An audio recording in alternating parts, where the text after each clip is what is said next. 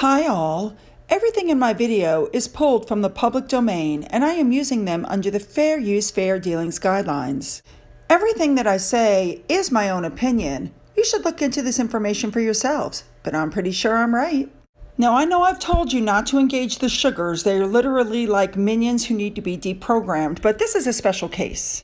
I wrote something on Twitter and this young lady above immediately had to respond. And so once again, I tried to, get her to explain to me why she likes Megan so much and why they always gloss over the negative side of what she's doing. I don't want to make this video too long, so as you can see, this is what she wrote above. Why are you attacking her? What did she do to you? You're bullying her. The sugars all say that because you're not allowed to have an opposing anything to her. So I wrote and asked her to please explain what makes her so great, like what's so fabulous. And these are some of the responses I got. And finally, she writes me the dribble you see above. She's a great mom. She's a great wife. And so am I. So what? Finally, she goes online and starts pulling stuff from the 1 year that Megan was part of the World Vision, where she went, and took the pictures with the African American kids, and she was helping all this stuff. And it was all occurred within 1 year. And I said to her, why don't you just start with when she met Harry? And she put up a lot of stuff, some big, some small. So I've just cherry picked a few items. And I did that, so this won't be 45 minutes long. Now, she posted what you see above, but the downside to this is that she's not offering mental health to all women, only women of color.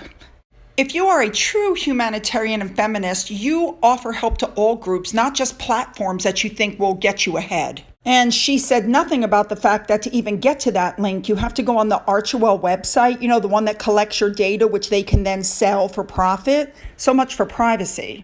See, these are the details that they like to just gloss over. Here's another example. She happily pointed out that Meghan and Harry delivered food during the pandemic in a personal capacity, completely glossing over the fact that these two millionaires did not contribute any money to the food. They didn't make the food. They didn't package the food. They only delivered 8 meals and then left because they cited a security risk and called their favorite photographer to make sure that they were papped and then copyrighted the pictures and sold them for money.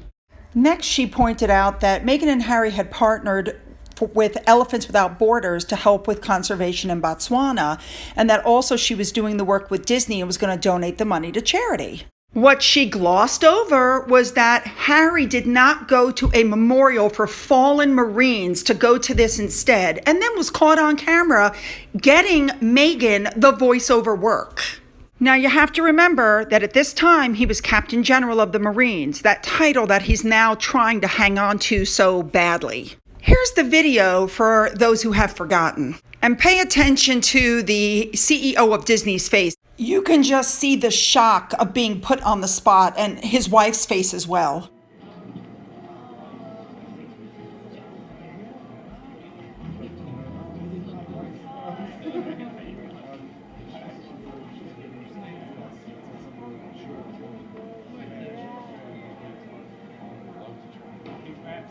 Now, don't forget that Meghan at this point had said that they were stepping back and she was only going to work with A-listers. So badly was it panned that Disney even said, Meghan needs Disney more than Disney needs Meghan. They refuse to give her any more jobs. She's too controversial, and they've had enough with her, basically, and they washed their hands of it. They even said that her TV career was mediocre, and she was not worth the trouble she came with. I'll also point out that the reason that Meghan and Harry chose this particular thing was because they both love elephants. I love elephants. Who doesn't love elephants? And suddenly, all these elephants were dropping dead. You never heard one word from either one of them. Hundreds of elephants died, but Meghan thought that she got her foot in the door with Disney, so since she already did the work, I guess she didn't care anymore. And I say that because you can't go on and on about the elephants and how fabulous they are, and then when they start dropping dead, you remain silent. The next thing she brought up was how Meghan was a guest editor at Vogue and how well the issue went and how well it sold. And once again, she glossed over the fact that Meghan plagiarized the work that she did. So above, you can see the cover of the Vogue issue that was done by quote-unquote Meghan.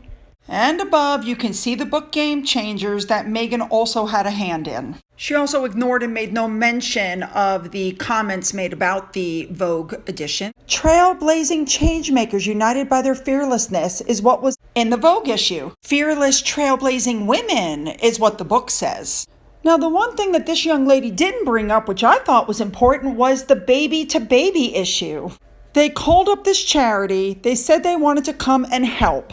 And I think it's wonderful. But once again, these are millionaires who didn't help collect the supplies, didn't put any money towards the supplies, didn't help package the supplies, showed up, brought their own photographer, merched the clothing, copyrighted the photos, and then immediately left. This picture above is just so telling. Look, her hair is down and it's covering the name of the mask. So in the next photo, she had her ponytail back very neatly so you can see who made the mask so she can help sell it. Now this is where I get upset because there are people there who donate all their time all year round. And these two show up for 15 minutes and try to grab all the, look at us, look at us. That behavior is not philanthropic and it's not humanitarian. It's self-serving so that they'll look good in the press. And in case you haven't picked up on the theme yet, everything they do, they never give their own money, ever. They get other people to donate. Here's another perfect example. Again, multimillionaires. People are going hungry. And they called the BBC and asked the BBC to donate money that they made off of Harry and Meghan's wedding. Again, Harry and Meghan, not a penny. So to show people what a true humanitarian looks like, I've picked Angelina Jolie, somebody who has been a member of multiple charities and foundations, not for 1 year, but for over 20 years. For instance, she got $500,000 for the first picture of her being visibly pregnant, and she put every penny to charity. She's been traveling to refugee camps around the world ever since she filmed Tomb Raider, and she donated $1 million of her own money. This is a woman who started in 2001 in Tanzania and went as far as Bangladesh in 2019. And so many times as she's been to Cambodia, they gave her citizenship in 2005. There is a difference between somebody doing and somebody spurting word salad at you about how things should change, but never suggests how it should change and never does anything to infect the change. I'm going to throw this out here for the sugar also. The attention grabbing is really out of control. And here was a perfect example.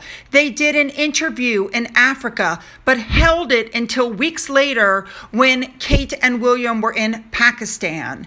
Then she announced her pregnancy at Eugenie and Jack's wedding. I mean, who does that and takes the attention from the bride?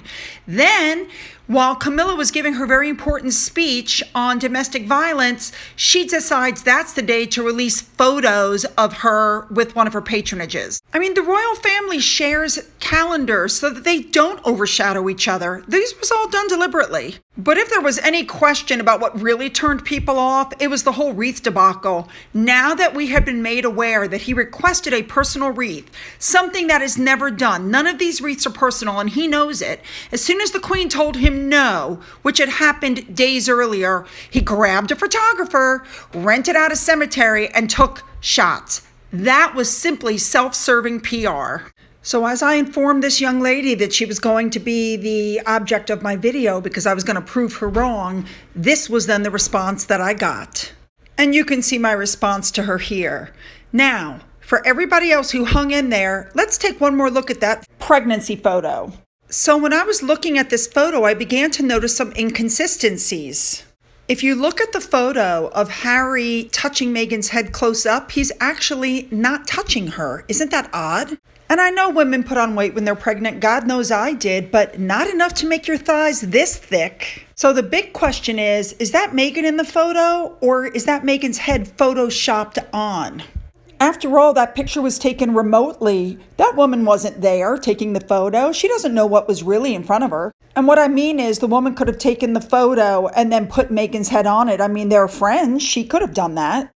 And the last thing I want to touch on is the above article. It's basically exactly what I said before. Harry and Meghan have pretty much learned that they're going to lose it all, so they figure why not spill their guts and play victim again, this time to Oprah. Which leads to one important point. This is coming out on March 9th. Megxit is March 31st.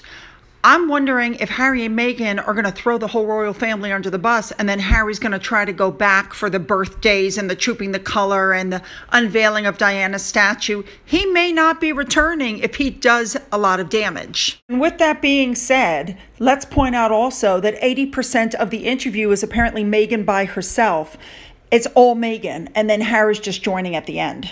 You would like to think that Meghan wouldn't hurt Harry in that way by slamming his own brother and his grandmother, but I think she will. And here's the list of all of the patronages that the two of them hold, including the Invictus Games, all of his military titles, all of Meghan's things that she's holding. And some of these patronages, like the theater one that Meghan is doing, she hasn't done anything with in the last year. And because she wouldn't give it up, they couldn't give it to somebody else.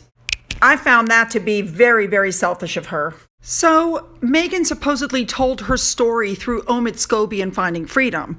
Then one of these new PR people that she hired said that it's her job to tell other people's stories, but I guess in the end, Meghan feels that if it doesn't come out of her mouth, nobody's going to believe it. So with this video, hopefully this particular sugar will see that you can't sugarcoat over the bad stuff that these two are doing.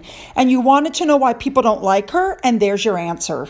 So this is only a small sampling of their behavior. If I did one over everything they've done in the last 2 years, it would be too long. Don't forget to leave your comments below. Don't forget you can email me and follow me on Twitter. And don't forget about that coffee fund. And as always, everybody, have a great day.